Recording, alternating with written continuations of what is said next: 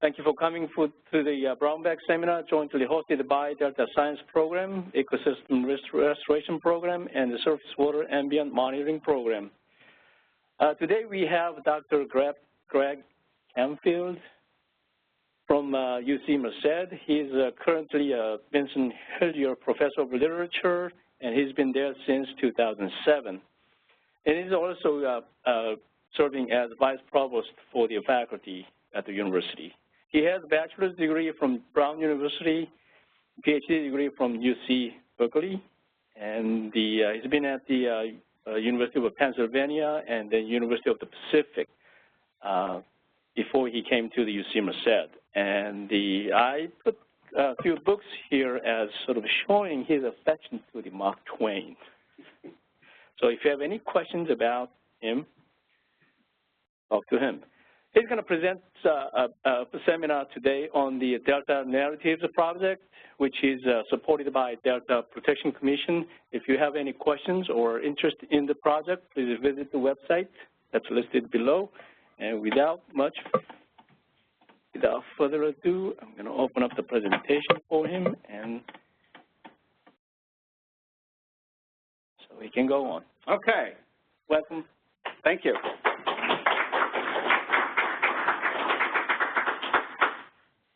Well, I've been privileged to work under the auspices of the Delta Protection Commission, which picked up a bunch of scholars organized by Bob Benedetti at the University of the Pacific, who was very interested in narratives of the Delta.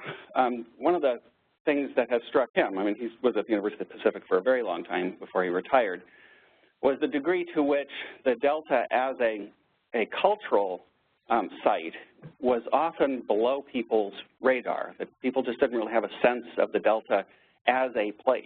It was much more as a resource to be exploited or protected, but not as a place in its own right. And so he collared a whole bunch of us to try to put some of those stories together. And some of those stories had to do with the deep history of the place, and some of them had to do with the cultural history, and migrations, work, transportation, all sorts of other things. But Bob asked me to look at the literature of the Delta, and my first response to him was, well, there's not very much. And he says, yes, but that not very much still should be recorded. And so I said, all right, I'll do it, and we'll see what comes of it. And indeed, there is a small literature of the Delta. But what struck me was really one of the very first people to write about the Delta was George Horatio Derby. And the way he wrote about it, I think, set the tone for the fact that many other people chose not to write about the Delta. Now, in fact, what really struck me was Bob assumed that because Mark Twain had been out here, and he knew I was a Mark Twain scholar, that I would be able to talk about Mark Twain's discussion of the Delta. I told him there ain't none. He just didn't talk about it. And that all by itself is really strange. I mean, the guy was trained as a riverboat pilot, and much of his literature that most Americans know him by, indeed much of the world knows him by, are his two novels dealing with the Mississippi River, The Adventures of Tom Sawyer and The Adventures of Huckleberry Finn.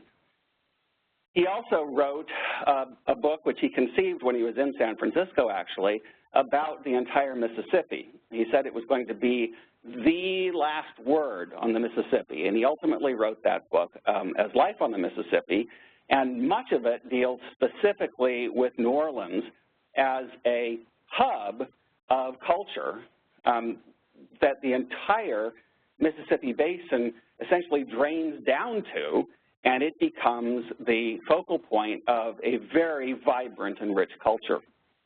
Now, given his interest in rivers, and given, too, that this is a man who, over the course of a very long and very rich literary career, went around the world and never met a river he didn't like.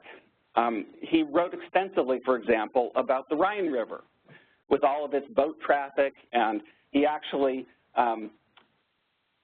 took a ride on a raft on the Rhine and then blew it up into a big discussion of river traffic on the Rhine. And indeed, many scholars of Twain believe that it was his experience there that took him back to his recollections of his own time on the Mississippi. I think that's an overstatement. But nonetheless, here he is writing about rafting on the Rhine and talking about steamboats there and so forth and so on. But while he's in California and he goes through the Delta, he never mentions it at all. Nothing about the boats, nothing about the place, nothing. The closest he gets is he mentions stopping in Stockton on his way up to the gold country. So I think Bob was disappointed when I told him, I'm sorry, you're not going to get anything funny from Mark Twain talking about the Delta, so we can't wave that banner, the great Mark Twain talking about the Delta, to put Delta on the map. But I was able to tell him that the first Western humorist of note, George Horatio Derby, did write about the Delta. Not only did he write about it, he mapped the Sacramento Valley. And Derby's discussion of the Delta may, in fact, have set the stage for much of what we now think of it. Now, again, I want to back up very briefly and say that it wasn't just the lack of Mark Twain talking about the Delta that struck me. So when I arrived in Stockton 20 years ago and started working at the University of the Pacific, I was not just amazed that Twain never said anything about the Delta, but I was astonished at how little the Delta figured. Because when you think about various cultural hubs in the world, how often the city at the mouth of a river, at the transshipment point for taking the goods and people from the interior waterways to the ocean-going waterways, figure very, very prominently culturally. I've already mentioned New Orleans, and of course there's a huge literature about coming out of New Orleans. I mentioned Twain, of course, already, but there were significant 19th century figures, George Washington Cable, Kate Chopin, and the 20th century as well. I mean, Tennessee Williams, Faulkner was influenced by it, Robert Penn Warren's All the King's Men is set down in Louisiana and substantially around New Orleans.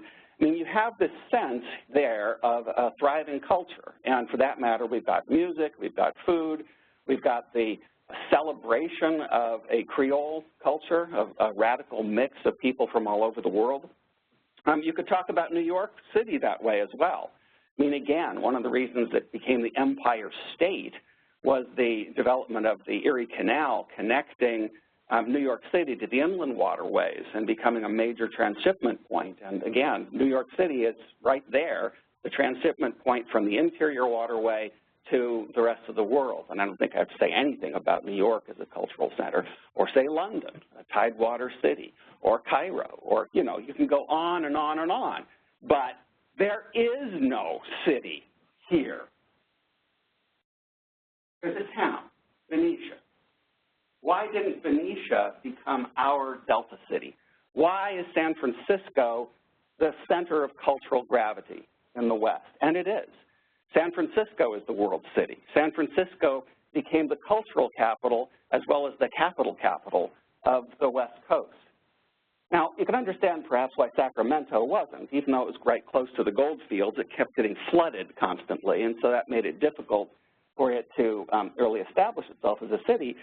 But if you compare San Francisco and Benicia in the early days and look at what early settlers said about both places, depending on who you're looking at, you get an unflattering picture of both. San Francisco was just a bunch of sand hills, a lot of people said. The wind blew all the time. It was foggy. It was miserable. Benicia, just a bunch of swamps. The wind blew all the time. I mean, if you go to some of these early accounts, they seem very similar. And indeed, I suppose you could say they are very similar. Good harborage, good access. San Francisco, in some ways, isn't as good when it comes to harborage. You had to kind of swirl around. They built all those piers. It's a pretty rough place, actually, the bay. Plenty of wind in Benicia, too. But my point is, there is nothing obvious to suggest that San Francisco should have been the center instead of Benicia. And so, why? Well, you know, there are all sorts of accidents, and there are good reasons that have to do with with the geography, I suppose. But one of the things that strikes me as a cultural critic is how often stories map how people are going to behave. As sentient beings, we tend not actually to think about ourselves by objective identifiers. We tend to think of ourselves by stories. I often ask my students when we're talking about knowledge, and they tend to think of scientific knowledge as real knowledge, I ask them, okay, so scientifically speaking, if you had a friend who you had lunch with every day for 10 years and went bowling with regularly and hung out with, and you did a scatter plot of all the good times you had with this person, they're almost all good times, would this person still be your friend if this person slept with your lover? And most of my students say, no! And I say, why not? I mean, scientifically, you know, you've got this scatter plot here. You can see all the good times, and this is an outlier. How come this knowledge is different? You laugh, right? But, I mean, why not? And a few outliers would say, well, yeah, I mean, why? I mean, it was just an accident. You know, my friend was drunk, and, you know, no big deal. But most people say, that's such a breach of trust, you know, that a crisis, a moment of real intense crisis is where you really reveal character. Not scientific. Well, when I was invited to come here, of course, I went to the website and looked at what this group said about itself. The mission of the Delta Science Program shall be to provide the best possible unbiased scientific information to inform water and environmental decision-making in the Delta. That mission shall be carried out through funding research, synthesizing and communicating scientific information to policymakers and decision-makers, promoting independent scientific peer review, and coordinating with Delta agencies to promote science-based adaptive management. Well, that sounds great, and I heartily endorse that mission. But what strikes me, again, as a critic of culture, is why on earth do we have to have unbiased scientific information to judge decisions on? Because human beings are biased and unscientific at root. We are storytelling animals. People make sense out of the world and in turn act on stories, on fictions that are always partial in both senses of the word. That is, they have incomplete information and they are biased. They're partial in that sense of biased as well. So I am interested in stories, and I'm wondering if the first stories about the Delta may in fact have had this biasing effect. Now, some of the first stories about the area come from the military, from military people, and one of those, of course, is Derby, who I'm going to talk about.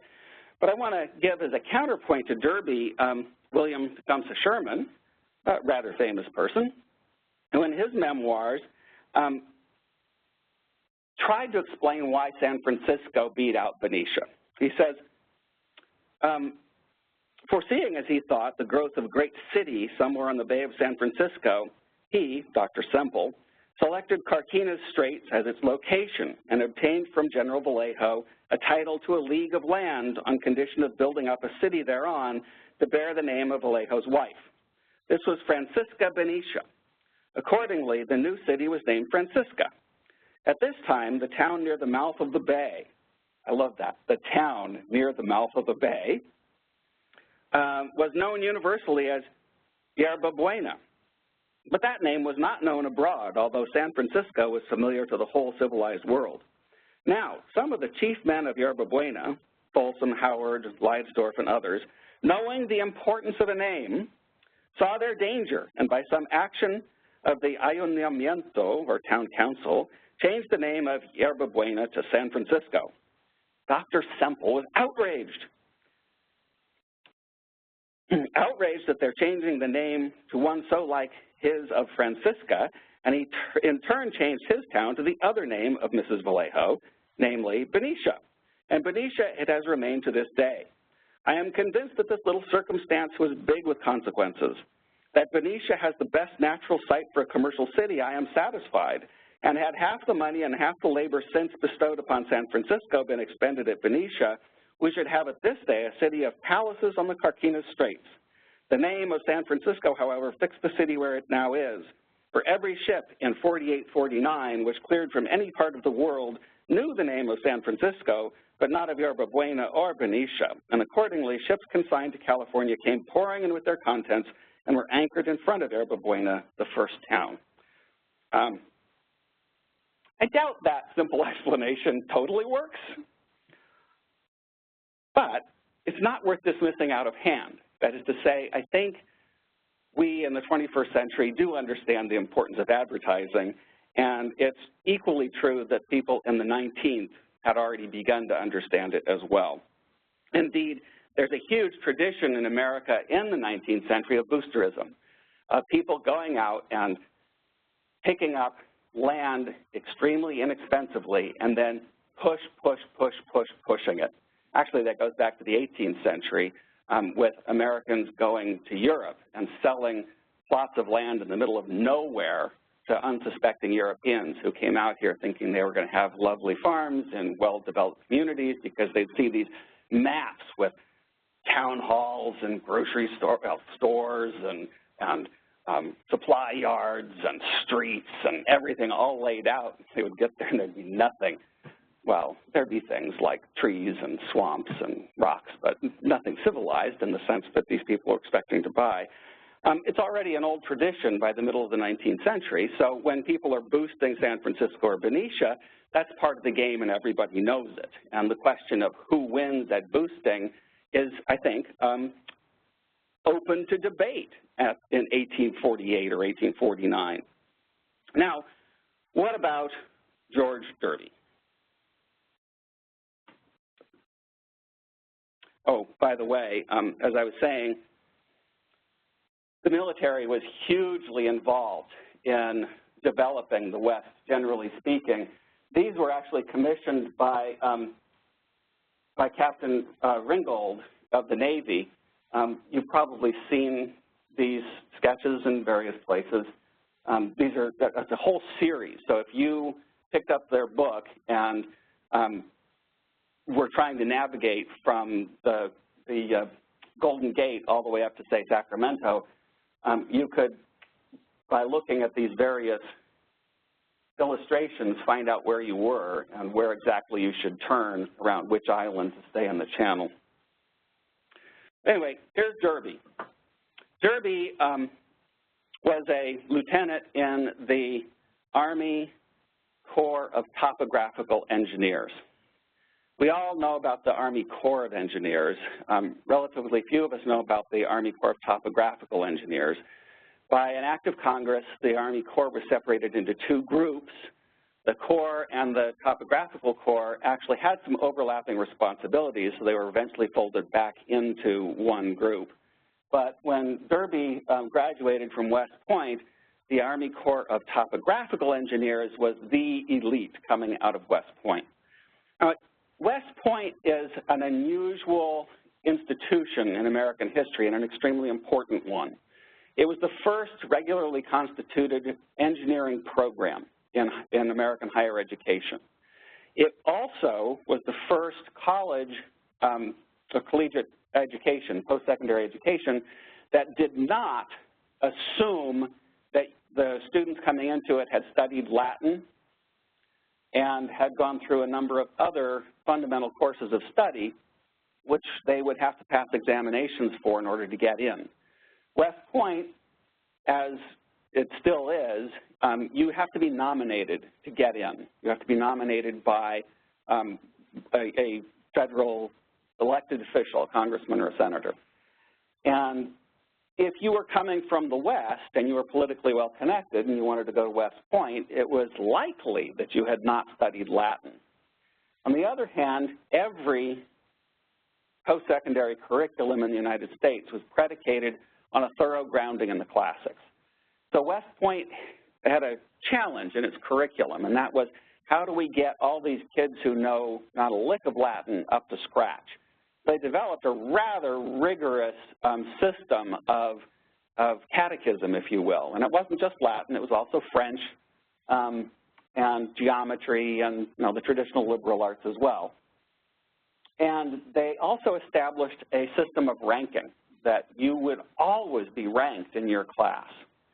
And given what they were starting with, the system of ranking and of discipline not only prepared people for the military, it also identified the elite coming out of West Point, the ones who would really be equivalently educated to those coming out of, say, a Harvard or a Yale or a Princeton. The other thing about it is fairly early on, I think it was the second of West Point's commanders, decided to institute an engineering curriculum. Now, that's substantially because artillery requires engineering. Fortification requires engineering. There's so many aspects of fundamental military needs that requires an educated engineering force that it made absolute sense. But even so, there was a hierarchy within the engineering programs at West Point.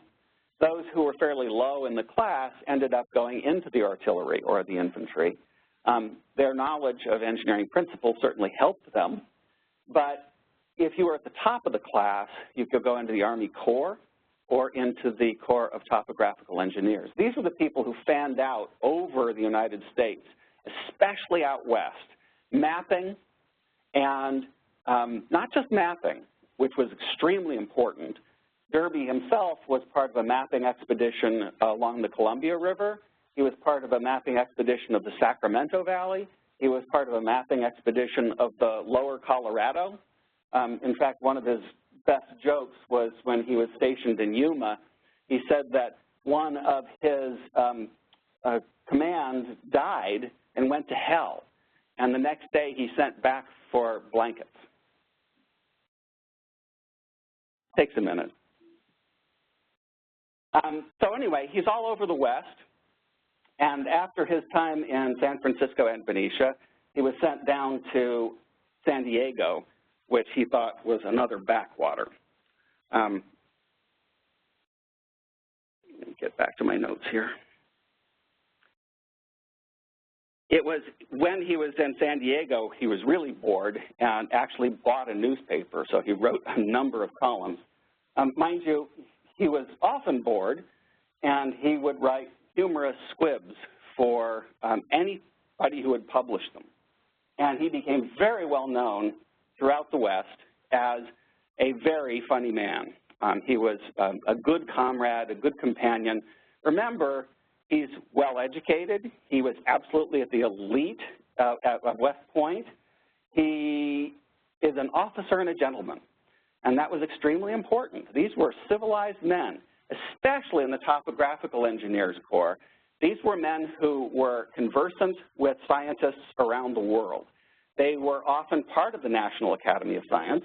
They were, as Derby was a member, they were instrumental in founding the Smithsonian Institution, or supporting the Smithsonian Institution, I should say, and really developing it as a place of scientific inquiry. These were people who thought of themselves as cosmopolitan, as truly educated and at the cutting edge of things. And Derby certainly was among those, but he also loved to make fun of absolutely everything, including himself. He always published under pseudonyms, which was, again, normal in the 19th century. His first pseudonym was Squib Bob, and then someone else, he was so popular publishing under Squib Bob, someone else published something under that title. So Derby killed Squib Bob and revived himself as John Phoenix. So he has two pseudonyms, Squib Bob, i.e. he's the man who publishes squibs, and John Phoenix, resurrected. He's not going to let anybody steal his thunder. But anyway, when he's in San Diego as John Phoenix, he's writing about San Diego, and he says, the old town is pleasantly situated on the left bank of a little river that bears its name. It contains perhaps 100 houses, some of wood, but mostly of the Adoban or Grecian order of architecture. A small plaza forms the center of the town, one side of which is occupied by a little adobe building used as a courtroom, the Colorado House, a wooden structure, whereof the second story is occupied by the San Diego Herald, as a vast sign bearing that legend informed us, and the Exchange, a hostelry at which we stopped. This establishment is kept by Hoof, familiarly known as Johnny, but whom I once christened Cloven, and Tibbets, who is also 2 bits in honorable distinction from an unworthy partner he once had who obtained unenviable notoriety as Picayune Smith. On entering, we found ourselves in a large bar and billiard room fitted up with the customary pictures and mirrors. Here I saw Lieutenant Derby of the topographical engineers, who we sometimes called the hypothetical engineers, of the topographical engineers, an elderly gentleman, he was not, he was quite young, of emaciated appearance and serious cast of features. Constant study and unremitting attention to his laborious duties have reduced him almost to a skeleton, but there are not wanting those who say that an unrequited attachment in his earlier days is the cause of his careworn appearance. He was sent out from Washington some months since to dam the San Diego River, and he informed me with a deep sigh and melancholy smile that he had done it, mentally, several times since his arrival. Well, he published all these squibs and locally, and they were so popular that scriveners in New York collected them into a book and published them nationally. And so Derby is one of the early and most influential of American humorists. He was certainly extremely influential to Mark Twain's writings. If you've read all of Derby, you'll find his influence on Twain almost everywhere. What he did as a humorist was make fun of almost everything that was close to him, including science. He was perhaps best known for his lectures on astronomy. And of course, as a surveyor, paying attention to the stars was rather important. It was one of the ways of keeping bearings when you were actually surveying. So he did this elaborate parody of both astronomy and astrology, confusing them quite deliberately, which happens all the time now, of course, but certainly would not have been something that a true scientist would have done. And he threw in a whole bunch of bogus mythology in order to talk about the planets, and it was very, very well received nationally. But he also liked making fun of science for wanting to quantify everything.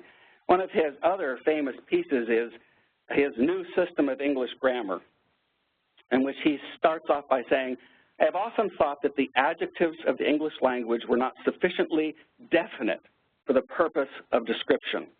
They have but 3 degrees of comparison, a very insufficient number, certainly, when we consider that they are to be applied to 1,000 objects, which, though of the same general class or quality, differ from each other by 1,000 different shades or degrees of the same peculiarity. Thus, though there are 365 days in a year, all of which must, from the nature of things, differ from each other in the matter of climate, we have but a half dozen expressions to convey to one another our ideas of this inequality.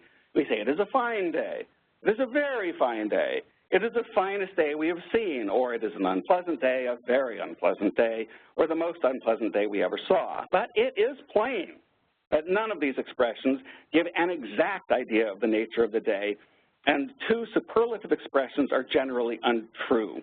I once heard a gentleman remark on a rainy, snowy, windy, and in the ordinary English language indescribable day that it was the most preposterous weather.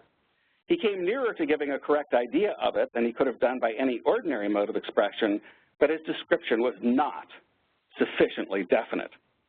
To a man of mathematical turn of mind, to a student and lover of the exact sciences, these inaccuracies of expression, this inability to understand exactly how things are, must be a constant source of annoyance. And to one who, like myself, unites this turn of mind to an ardent love of truth for its own sake, the reflection that the English language does not enable us to speak the truth with exactness is peculiarly painful. And so he sets himself to work to revise the English language. And he comes up with his discovery about how to revise it by going to a phrenologist, of whom he says that it gratifies him with an opportunity of spending his money and making scientific researches to spend money on a phrenologist. If you don't know, phrenology was the pseudoscience of determining character by checking out the bumps on one's head.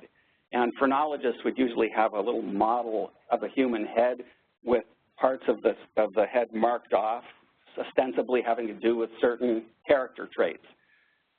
So, you know, if you were cautious, there would be the cautiousness bump or what have you.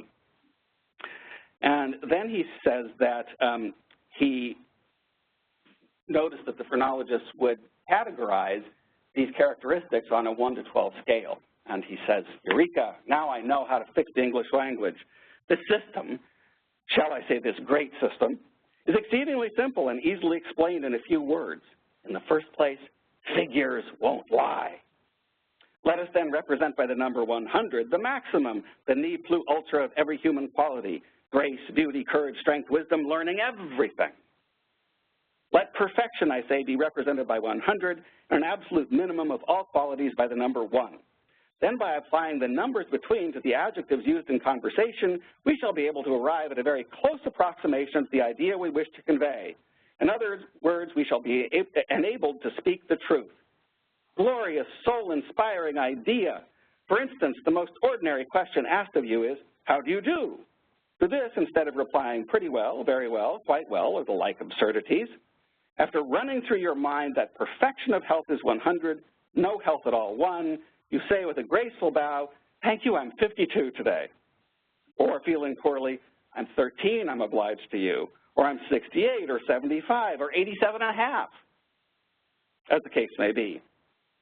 You see how very close in this way you may approximate to the truth, and how clearly your questioner will understand what he so anxiously wishes to arrive at, your exact state of health? Let this system be adopted into our elements of grammar, our conversation, our literature, and we become at once an exact, precise, mathematical, truth-telling people. It will apply to everything but politics. There, truth being of no account, the system is useless. But in literature, how admirable. And then he gives an example of a very conventional and stupid novel, which he puts numbers in for all the adjectives. And then finally, at the end of this, he says, I regret to add that having just read this article to Mrs. Phoenix and asked her opinion thereon, she replied that if a first-rate magazine article were represented by 100, she should judge this to be about 13. Or if the quintessence of stupidity were 100, she should take this to be in the neighborhood of 96. This, as a criticism, is perhaps a little discouraging. Notice he doesn't quantify the little. But as an exemplification of the merits of my system, it is exceedingly flattering. How could she, I should like to know, in ordinary language have given so exact and truthful an idea, how express so forcibly her opinion, which of course differs from mine, on the subject? So, he also did a parody military survey and reconnaissance of the route from San Francisco to the mission of Dolores, made with a view to ascertaining the practicability of connecting those points by a railroad. It's about 2.5 miles away. Now, mind you, he and his companions were at that time engaged in surveying several routes for a transcontinental railroad. So for him to parody this and come up with congressional appropriations, which he appropriates himself by putting in the bank at 3% interest and hiring all his kinfolk and coming up with crazy names for other professors who are involved in this, and having over 100 people surveying this route that's 2.5 miles long, he has a field day, shall we say, with his own profession. Well, so what does this all have to do with Benicia? Well, like most comic journalists of his day, Derby embedded sketches of wider interest in correspondence that addressed intensely local issues, among them the rivalries of California towns that were vying for commercial and political power. Derby was a partisan of San Francisco over San Jose, Sonoma, and Sacramento, and Benicia. His sketches describe the travels of a wide-eyed innocent whose enthusiasm ironically conveys comic criticism of San Francisco's rivals. Now, in almost everything he wrote about San Francisco, and he wrote a lot, he describes it as a rambunctious place, but big and thriving and interesting, whereas every place else he describes ironically as rambunctious, thriving, and interesting, but the irony makes it clear that they're not. So of Benicia, October 1st, 1850, he says, leaving the metropolis, i.e. San Francisco, last evening by the gradually increasing in popularity steamer West Point, I skeeted up Pablo Bay with the intention of spending a few days at the world-renowned seaport of Benicia. And he gets there, he says, as I shouldered, It was 9 o'clock and very dark at that when we were roped in by the side of the ancient and fish-like smelling hulk that forms the broad wharf of Benicia. As I shouldered my carpet bag and stepped upon the wharf among the dense crowd of 4 individuals that were there assembled, and gazing upon the mighty city whose glimmering lights, feebly discernible through the Venetian darkness, extended over an area of 5 acres, an overpowering sense of the grandeur and majesty of this great rival of San Francisco affected me. I felt my own extreme insignificance and was fain to lean upon a pile of watermelons for support. So he finally leaves the watermelons, having pocketed one of them, or I should say put it in his carpet bag without paying for it.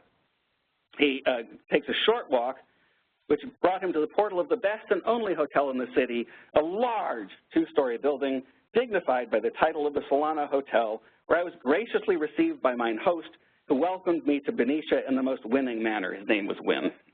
He has that kind of pun all over the place. After slightly refreshing my inner man with a feeble stimulant and undergoing an introduction to the oldest inhabitant, I calmly seated myself in the bar room and contemplated with intense interest the progress of a game of billiards between 2 enterprising citizens, but finding after a lapse of 2 hours that there was no earthly probability of its ever being concluded, I seized a candlestick and retired to my room. Here I discussed my melon with intense relish, and then seeking my couch, essayed to sleep. But oh, the fleas! Skipping, hopping, crawling, biting. Won't someone establish an agency for the sale of D.L. Charles & Company's Fleabane in Benicia? What a night! But everything must have an end, circles in California gold accepted, and day at last broke over Benicia. Magnificent place. I gazed upon it from the attic window of the Solano Hotel with feelings too deep for utterance. The sun was rising in its majesty, gilding the redwood shingles of the U.S. storehouses in the distance. 7 deserted hulks were riding majestically at anchor in the bay. Clotheslines with their burdens were flapping in the morning breeze. A man with a wheelbarrow was coming down the street. Everything, in short, spoke of the life, activity, business, and bustle of a great city. But in the midst of the excitement of this scene, an odoriferous smell of beefsteak came like a holy calm across my olfactories, and hastily drawing in my cabeza, I descended to breakfast. And then he goes out on a stroll after breakfast, and he says there are no less than 42 wooden houses, many of them 2 stories in height, in this great place, and nearly 1,200 inhabitants, men, women, and children. There are 6 grocery, provision, dry goods, auction, commission, and where you can get almost any little thing you want stores, 1 hotel, 1 schoolhouse, which is also a brevet church, 3 billiard tables, a post office, from which I actually saw a man get a letter, and a 10-pin alley, where I am told a man once rolled a whole game, paid $1.50 for it, and walked off chuckling. Then there's a Monte Bank, a common council, and a mayor who my guide informed me was called Carney, from the singular habit he has of eating roast beef for dinner. But there isn't a tree in all Benicia. There was one, said the guide last year, only 4 miles from here, but they chopped it down for firewood for the post, i.e. the army post. Alas, why didn't the woodman spare that tree? The dwelling of one individual pleased me indescribably. He had painted it a vivid green, imaginative being. He had evidently tried to fancy it a tree, and in the enjoyment of this sweet illusion, had reclined beneath its grateful shade, secured from the rays of the burning sun, and in the full enjoyment of rural felicity, even among the crowded streets of this great metropolis. How pretty is the map of Benicia. We went to see that too. Again, this tradition of the maps being the way you hook people, but you're supposed to show the map when people aren't actually there. So he goes into this long description of the map and notes how many of the lots are actually underwater in swamps, and just generally paints this place as not only a backwater, but a place of conniving and cheats.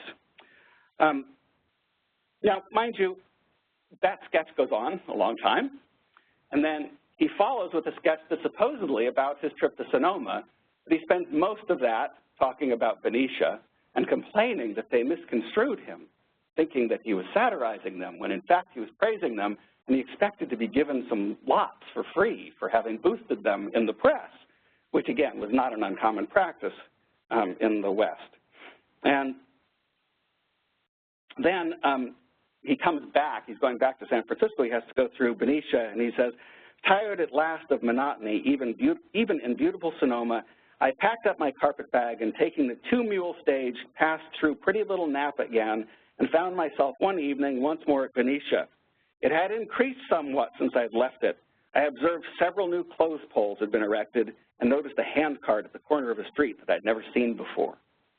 Now, 5 years later, as John Phoenix, he's now posted up at the Army post up there, having done more surveying. And he writes a new sketch. He says, I have observed your pathetic inquiry as to my whereabouts. I'm all right, sir. I've been vegetating for 2 or 3 weeks in this sweet-scented place, enjoying myself after a manner in a tranquil cot in a pleasant spot with a distant view of the changing sea.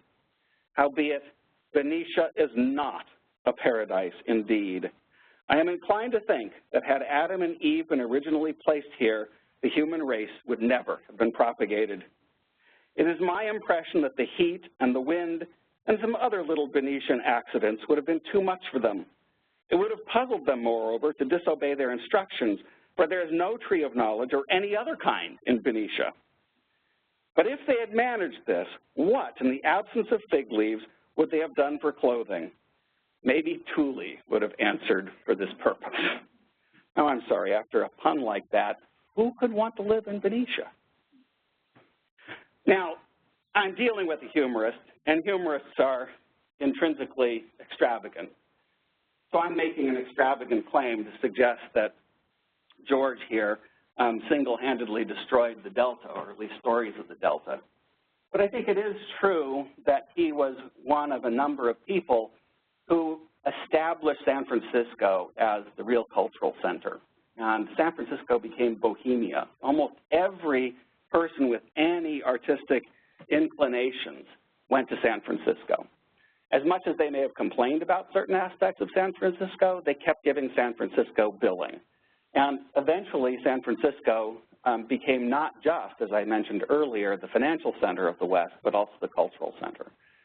It's not surprising then, I think, that when Mark Twain left Virginia City, Nevada, where he was first going to mine for silver and then realized that he could mine money much more efficiently by being a newspaper reporter, when he went down to San Francisco after the roughness of Virginia City, he went to various hotels, and one of them he described as heaven on a half shell. He could get oysters and champagne there. He could get anything he wanted in the most cosmopolitan way. He could also go down into some neighborhoods in San Francisco and write about brothels. He could write about operas if he went somewhere else. He could write about fashion. He could write about anything he could write about in any other major city. And indeed, when he went to New York City shortly thereafter and was writing to the West Coast, he did much the same thing in New York and would often use San Francisco as his touchstone of civilization when he was comparing other cities around the world. I'm not saying that he really did it single-handedly, but I am saying that the way he framed the debate, and it was a debate at first, the way he framed the debate was consonant with the framing of other significant people. And altogether, I think we can see that in a good American fashion, the real focus and weight of a city came substantially out of advertising. Thank you.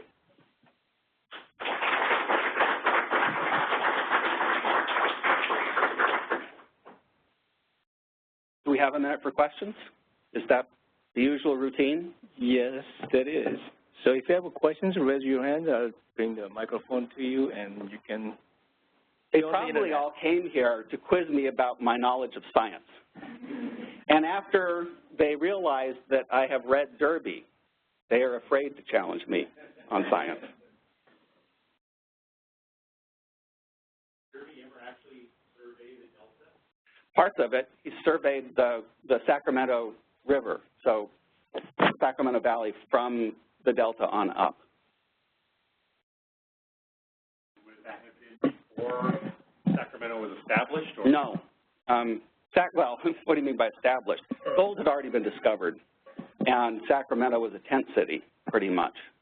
But so he was operating in those flush times when people were flooding in very fast.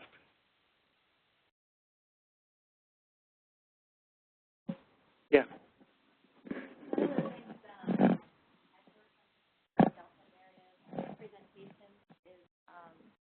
The fact that Stockton is kind of the quintessential city in certain ways, so I'm wondering what you came across in terms of literature related to Stockton.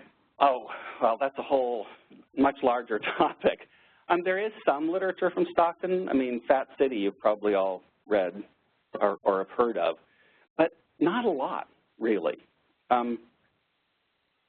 Mostly late 20th century and forward. I haven't really found much. I mean, there are passing references to Stockton and Sacramento, but you know, like Bayard Taylor, his stories of his trips around California, he mentions both, and he mentions both quite flatteringly. I mean, he was a good American booster. As working for Horace Greeley, I mean, he was writing for the Tribune, and he made everything out here sound idyllic and wonderful. So Stockton and Sacramento both came off very well in Taylor's writing. But there's a huge and surprising gap to me. I mean, again, in the 1920s and 1930s, well, actually, you can push it back into the 19th century. Literature was mass communication. And especially in the 1880s and 90s and well into the 1920s, the so-called local color movement. You have all these people writing about very specific localities. And I can't find any. I can't find any having to do with either Stockton or Sacramento. It comes later.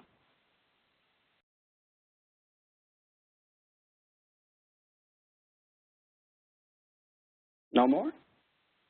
Well, I hope this entertained you, if nothing else. Thank you very much.